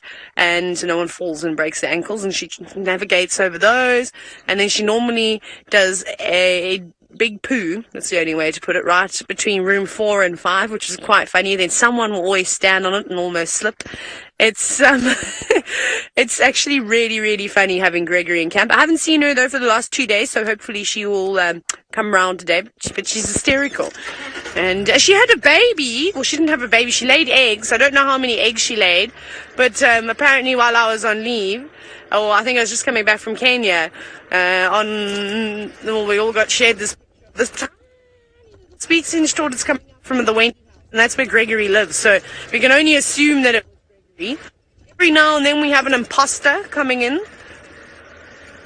and well, they're not allowed there. We chase it out. It's only Gregory's home. Sorry, everybody. I believe my audio broke up there, probably because I'm getting so excited.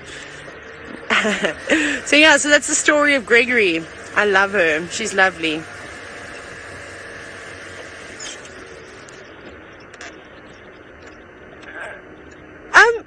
By giving up on the lions. Yes, I have to give up on the lions because they're not on the property anymore. They crossed out. They've gone into Arathusa.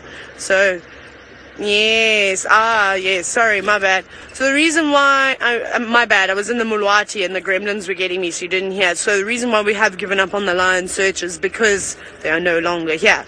And that's why, you missed the joke. I said something funny and I thought it was funny. They called them the Inkapumas this morning because, well, you can just guess why.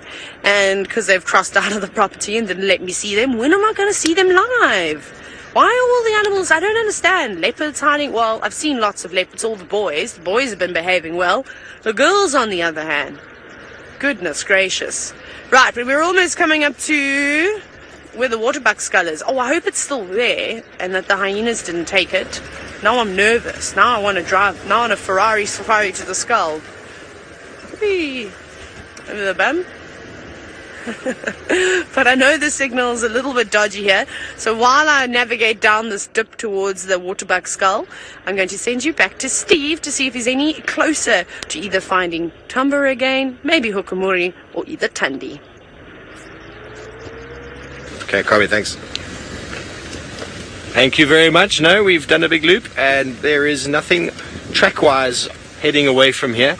Scott has found tracks of a female sort of coming towards Vuyatela Dam, so it might be the approach that Tony used, but to date we don't have anything coming out. So as I guess, she's probably either in one of these sort of river systems here, the Mulwati, and she may have a kill nearby. But Herbie and Scott are now on the tracks, so we know how that normally works out with the magician Herbie and Scott Dyson. They are generally quite successful with tracking of that female. So we're going to go towards where he left tracks of who he thinks is Hukumuri, and we'll see if we can maybe follow up on that. We know where Tumba is. There is a vehicle there at the moment, so we do have updates whether he moves. So let's go and maybe follow him, or Hukumuri should I say, and see if we can be lucky. There we can see Scott and Herbie, where their tracks are coming from. Oh, watch out. Hold on, it's a little bit bumpy. Oh, it's male giraffe once again. Can't resist that, can we?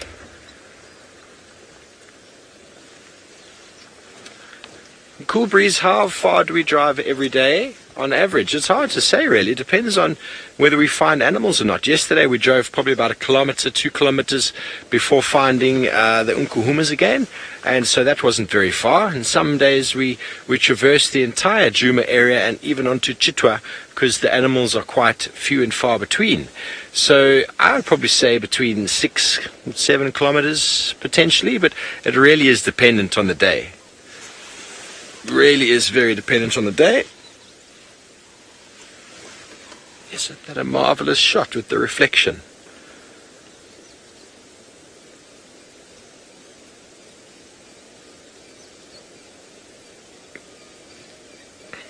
There we go.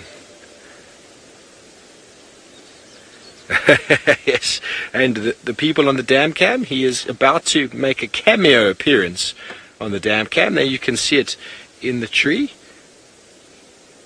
He is asking the dam cam to look at his front and see if it is as pretty as his backside, because now he's going to present his backside to the dam cam. Isn't that marvelous?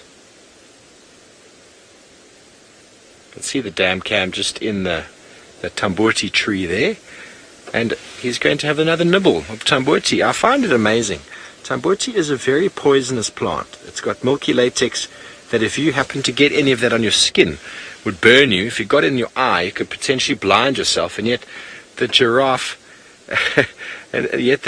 can actually feed on that without any sort of adverse effects. I'm sure there must be some gut enzymes that they have that allow them to digest the tambuti, and it's possible that the tambuti itself actually does something to their tummy. Maybe it works as an acidifier or an alkalizer. Who knows? But I have seen them on more than one occasion feeding on tambuti, but not in a huge numbers, not in a huge amount, just a small amount at any given time before moving on. And I believe the dam cam operators are trying very hard to move the dam cam around. Okay, so we're going to continue on from here. This will probably be the last show performance for this giraffe on this drive, we think, but you never know. He seems to be following us. Let's go over to Scotty for an update.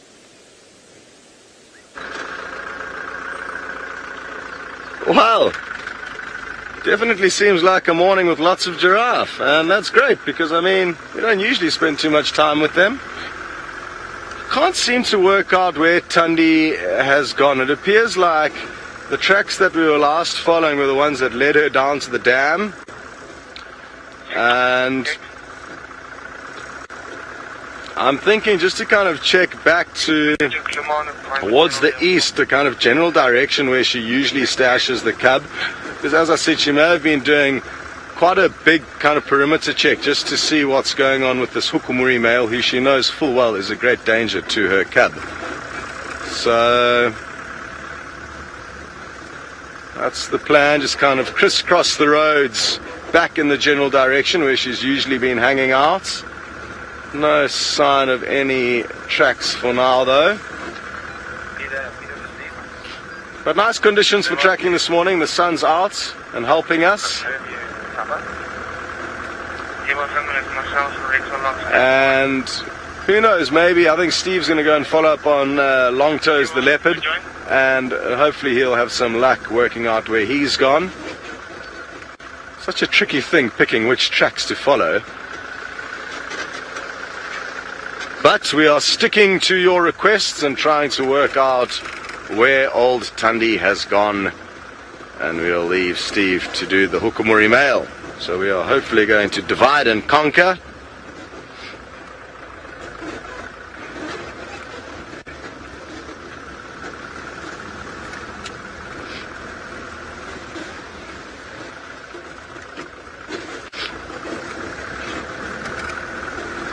The beauty of having the vehicle and what we're doing this morning is that it really does allow us to be more flexible, and rather than just kind of hoping for the best, walking around aimlessly, now we've got a bit more of a structured attack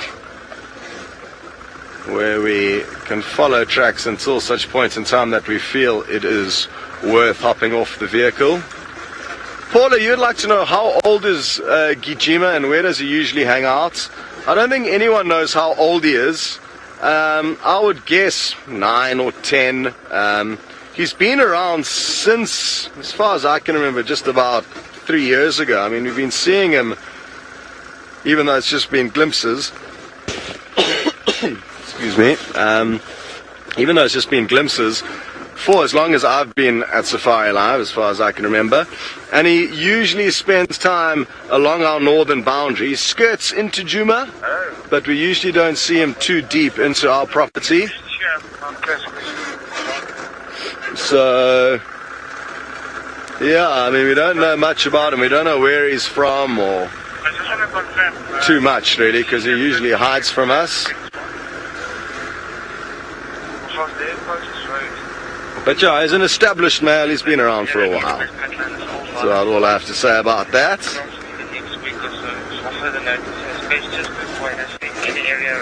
Where are you, Tundi? I've got a feeling we're going to get lucky finding some of her tracks on Inyala Road South. That is my prediction, and that is where we shall head. That's a nice soft sandy road that kind of should bisect her tracks, or her tracks should bisect the road on her way back into the general area where she likes to stash the youngster. And again, that's a very, very general area that I'm talking about.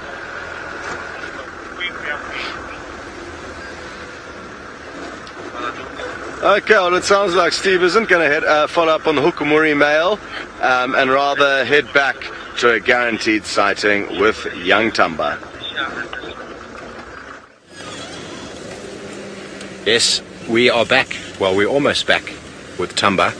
Let me just let this other vehicle come out. And the reason for that is obviously we've got 3 vehicles busy tracking, and Nix needs someone to have a little bit of content. So we're going to leave Hukumuri's tracks for the moment, come back in, see if we can have Tumba. I know all of the viewers back home are not disappointed at this decision.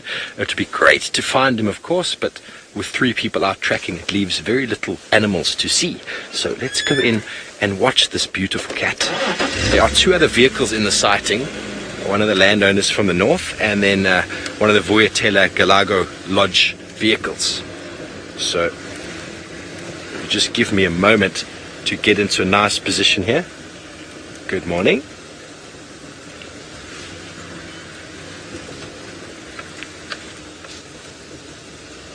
Okay, I'm sure we are going to be here for a little while longer than the others, so we'll get just a little view of him over there.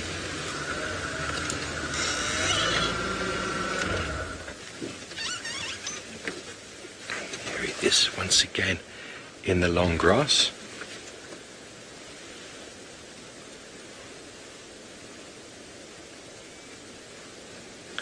Maureen would like to know who named the leopards, and essentially what happens in this area is that where the den site of a leopard is found, so for example Tundi denned and had Thamba on Djuma, and so the Djuma guides are responsible for naming it.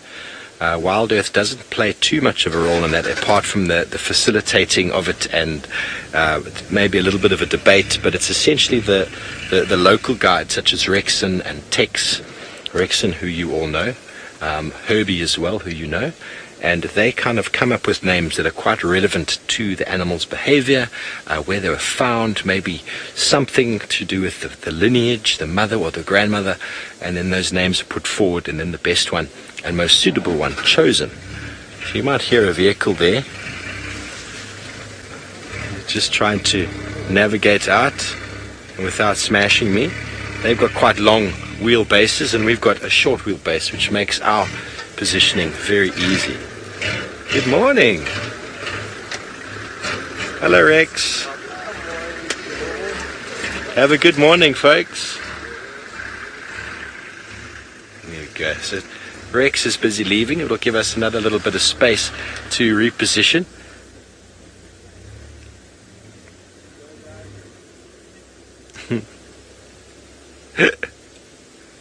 Chris, you seem to have missed yesterday's show. What happened is we had Tumba just over here behind us 2 nights ago, or 2 days ago. Herbie and Taylor on foot with Senzo found him with an enormous female kudu. We came back in the afternoon because in the morning when they found him, the belly was extended or distended, very bloated. And when I came back in the afternoon, once again with Senzo, we found not only the kudu, but we found this youngster hidden in the bushes behind the adult kudu. And we spent some time with Tumba that afternoon, and it appears that this youngster was actually either stillborn or was actually removed from the mother's womb during the day at some point, and we found it hiding under the bushes. Later in the afternoon we went out to allow some viewers some time, or allow the other vehicles some time, Sens, can you get this vulture that's landed just behind us on the tree? While Sens recaps on that vulture there, apologies for the aerial. I can just reposition the vehicle slightly to move the aerial. Well, there we go. There's a hooded vulture. He's looking around for whatever scraps might be. Just down at the base of the tree that it's sitting on is where the kill actually happened. And then the kill was dragged just a few meters further to the left under the tree. And so we came back in the afternoon. Tumba had hoisted that little kudu calf into the tree behind us, above where the mother was situated. And then we left. That evening, a few of us after dinner came back out. Scott, myself, Faith, who is one of the directors, Nikki, another director, and Conrad, one of the technical guys, and we witnessed hyenas join the fray. One at a time, they came in silently. Thamba jumped up the tree to where his little kudu carcass was, and he watched in vain as 4 hyenas erupted onto the scene and completely devoured that kudu carcass in what seemed to be about 30-40 minutes. Very, very short going. If you're following Scott on Instagram, he's actually posted a very nice video of the scene. Obviously, it's edited and cut. It was a little bit longer than his video portrays, but the carnage that took place is very well documented. And the forlorn look of Tumba, who was sitting in the tree only meters above the quarreling and squabbling hyena, just looked on in vain as those very opportunistic scavengers devoured his very nice kudu female. But I think one of the most interesting topics of that afternoon, or of the evening, that Nikki and everyone was sort of batting their face with, was as those hyenas attacked that carcass. Those of you who watched in the day and saw how many flies were on that kudu, as those hyenas attacked that carcass, they opened up the stomach, and all of those flies that had probably gone dormant for the evening erupted in a haze of buzzing noises around our heads. It was quite something to see, and I think we all went home and had a shower because it was quite foul. So that is it. Tumba was up the tree all of the night before while he waited and watched the hyenas squabble and remove everything, and then he kindly removed his kudu carcass into a tree probably 20 to 30 yards further east from where he was, and not the best tree in the world, but better than the one he had. And he is standing guard here. There's not too much left on that carcass apart from some hooves and some skin. And can you look at that left leg that's hanging there, Sens? There's a bit of a mark there, isn't there? Where the skin is actually lacking fur. I don't know if you can clearly see that. Okay, so while we try and figure out a little bit more about this kudu carcass, let's go to Taylor, who's got some bones of her own. I do have lots and lots of bones in my body, yes. But we've got the kudu, not the kudu. Why did I say kudu? The waterbuck skull on top of the car. But we've got to be very quick about it. You know where we're going to drop it? We're going to drop it at the DRC sign. Because it sounds like the Nkuhumas are making their way back from the east. Not from the east, from the west. Right, let's do this. As quickly as we change a tire. Darby's also climbing off the car. Now you get to say hello to David.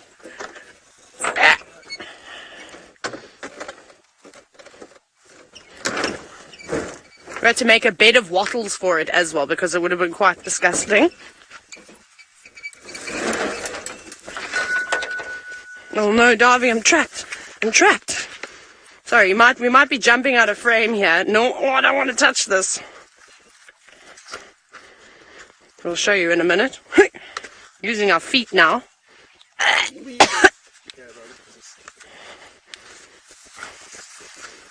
Darby's getting back on the car. We shall leave that here.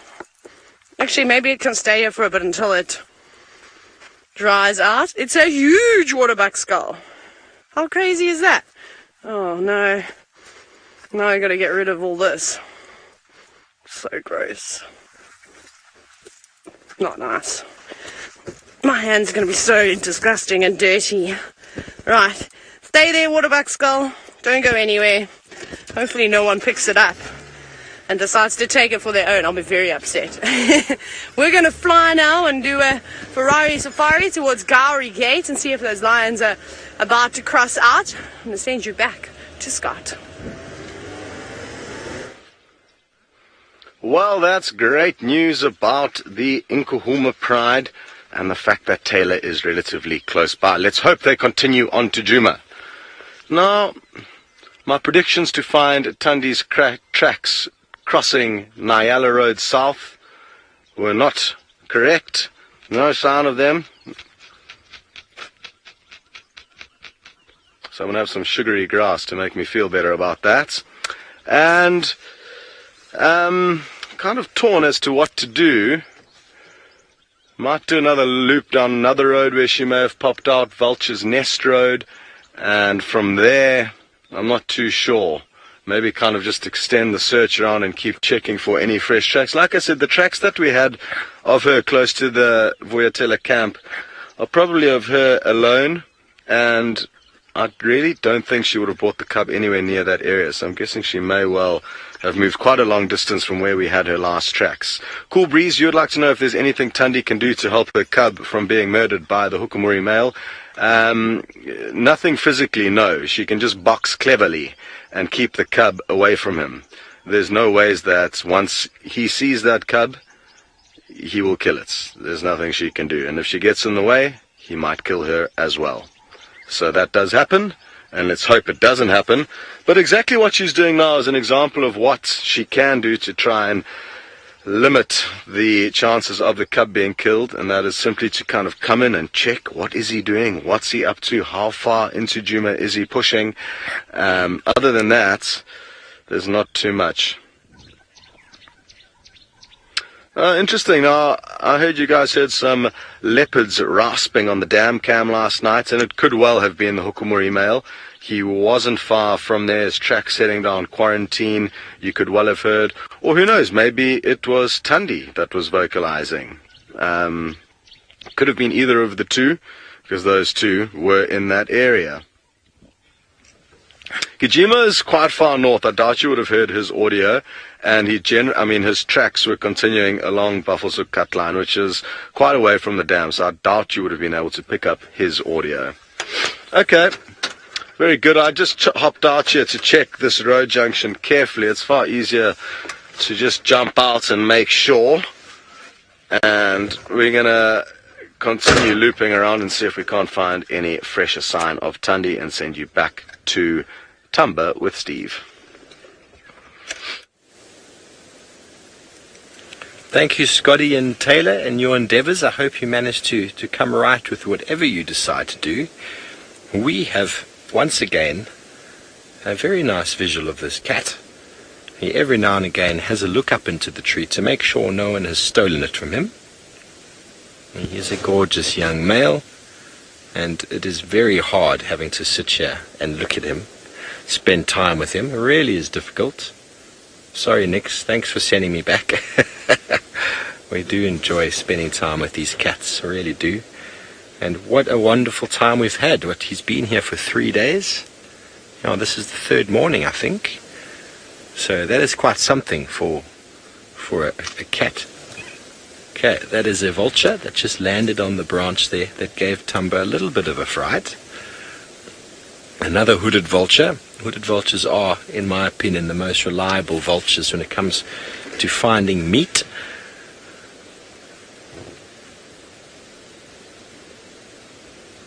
All the other vultures from the day before have vanished. We had a look at the area of the carcass the other day. There's not a single bone that we can see anywhere. Mina would like to know, why do vultures not have feathers on the neck?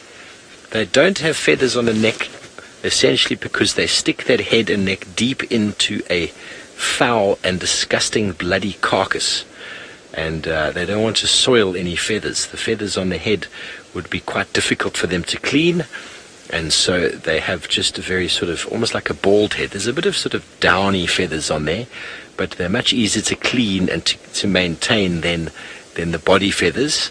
And the primary objective of the neck and the head is to get deep into a very rotten and smelly carcass. So that is the primary reason. but it does lead to problems with thermoregulation because they obviously lose a lot of heat off of the head. But most vultures have got quite a nice sort of neck collar type scarf, which keeps the throat warm, and they can tuck their head back into sort of their shoulder area to enable them to keep that head nice and cool. Nice and warm, should I say.